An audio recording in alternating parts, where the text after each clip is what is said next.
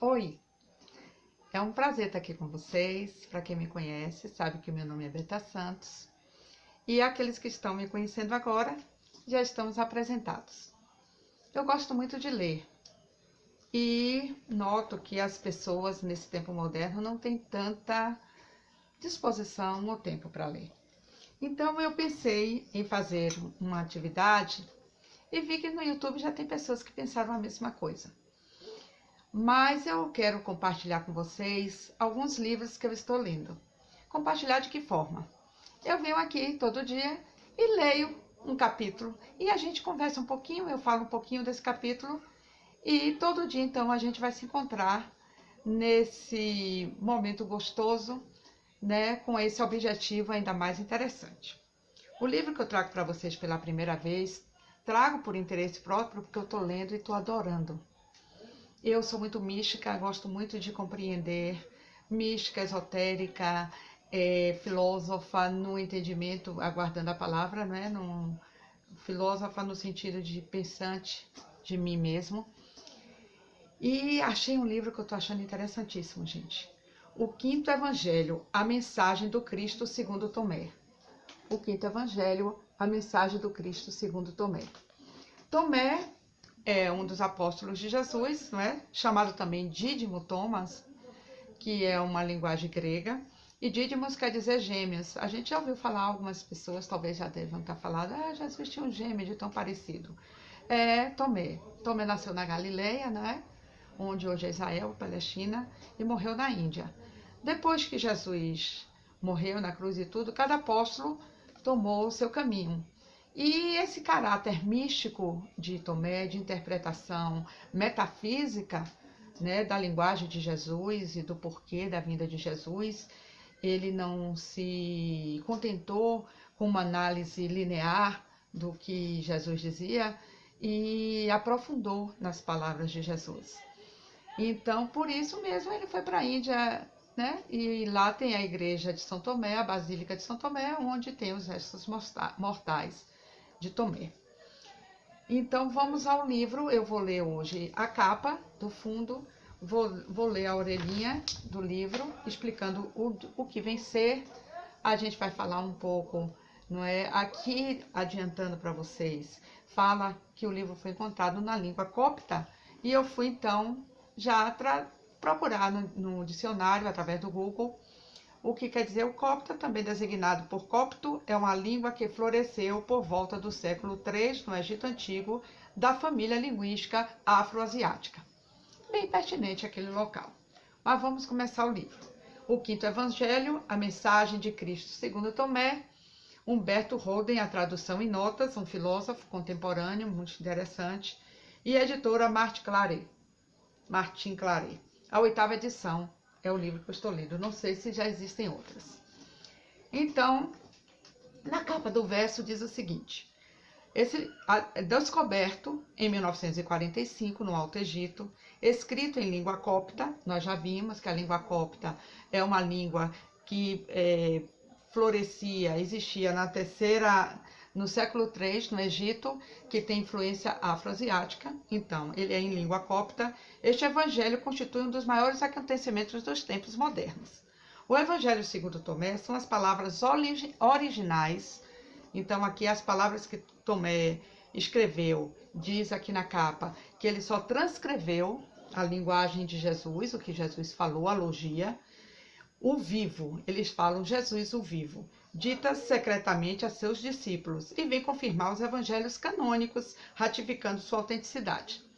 Esta tradução para a língua portuguesa, profundamente explicada pelo educador e filósofo contemporâneo Humberto Roden, é uma contribuição oportuna e necessária.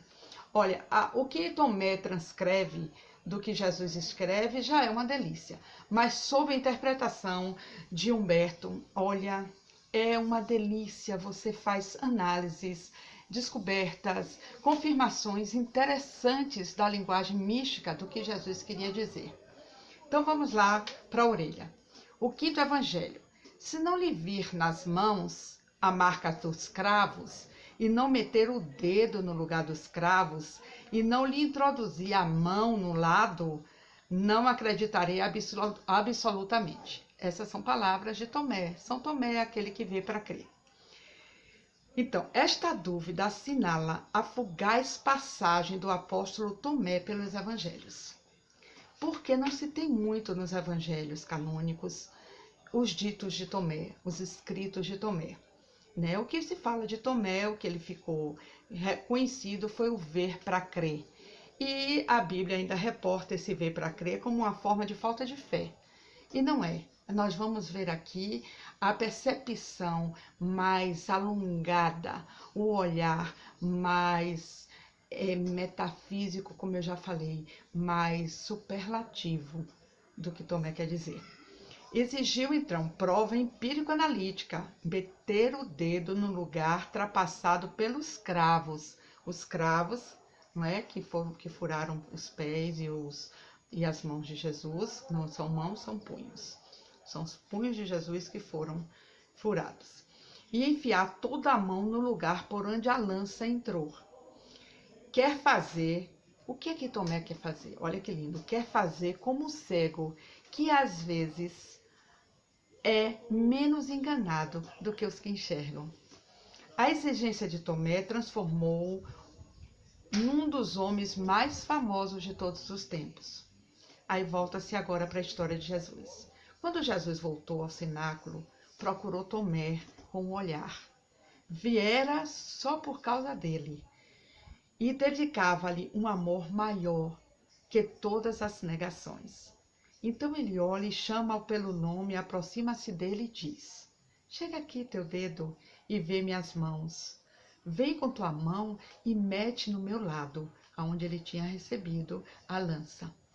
Né? O soldado enfiou a lança aqui no abdômen, na lateral do abdômen de Jesus. E não seja incrédulo, mas tem fé, disse Jesus. Tomé não obedece, não ousa tocar com o dedo a chaga e com a mão a ferida. Estupefato, ele prostra-se ao pé de Jesus e brada: meu Senhor e meu Deus. Por estas palavras, semelhantes a uma simples saudação, confessa Tomé a sua derrota. Derrota mais bela do que qualquer vitória. Quase 2 milênios se passaram desde essa cena. Agora, em plena era atômica e cosmonáutica, no início da era de Aquário, surge Tomé como um fogo a iluminar as trevas do nosso coração e demolir a montanha da nossa incredulidade. Em 1945, no antigo cemitério de Nag Hammadi, no Alto Egito, potes de barro contendo 12 manuscritos em caracteres copta colocaram novamente Tomé no centro do cenário do cristianismo. Agora está sendo anunciado ao mundo perplexo que o texto copta seria, na realidade, o quinto evangelho, tão insistentemente referido pela tradição oral do cristianismo. Esse evangelho, segundo Tomé, não trata da vida histórica de Jesus. São 114 sentenças, profundamente metafísicas. Tomé abre seu evangelho com a afirmação: estas são as palavras secretas de Jesus, o vivo, que foram escritas por Dídimos Thomas. Dídimos, em grego, quer dizer gêmeo, e Tomé, pela sua aparência com Cristo, era considerado por muitos o gêmeo de Cristo. Então ele fala Dídimo Thomas para que não fique nenhuma dúvida de que está sendo abordado o evangelho escrito por Tomé, São Tomé, o apóstolo. Conforme explica o professor Huberto Roden, tradutor da obra, as palavras secretas são ensinamentos esotéricos de Jesus, proferidas não para as massas populares, mas para uma elite escolhida de discípulos do Divino Mestre, capazes de compreender o sentido místico de certas verdades profundas. Também pelos outros evangelhos, consta que Jesus disse a seus discípulos: a vós vos é dado compreender os mistérios do reino de Deus, enquanto ao povo só lhe falo em parábolas. Se hoje é difícil nós entendermos a grandeza, a profundidade das palavras de Jesus, minha gente, vamos pensar o que acontecia 2000 anos atrás. A gente sabe que esse 2000 anos é simbólico há divergências nessas datas, mas há aproximação também. Roden, baseado com sua profunda sabedoria e intuição, dá-nos uma correta tradução com explicações dificilmente superadas. O Quinto Evangelho é um livro de leitura obrigatória. Então, convido vocês para que nós venhamos aqui todos os dias ler um capítulo desse livro, aprofundarmos um pouquinho, não é? Deixo também o espaço e a solicitação para quem quiser fazer algum comentário. Deixo claro de que não sou nenhuma estudiosa profunda, estou nessa com vocês, aprendendo com vocês, me divertindo com vocês. Foi muito bom o nosso primeiro encontro, aguardo vocês, até amanhã.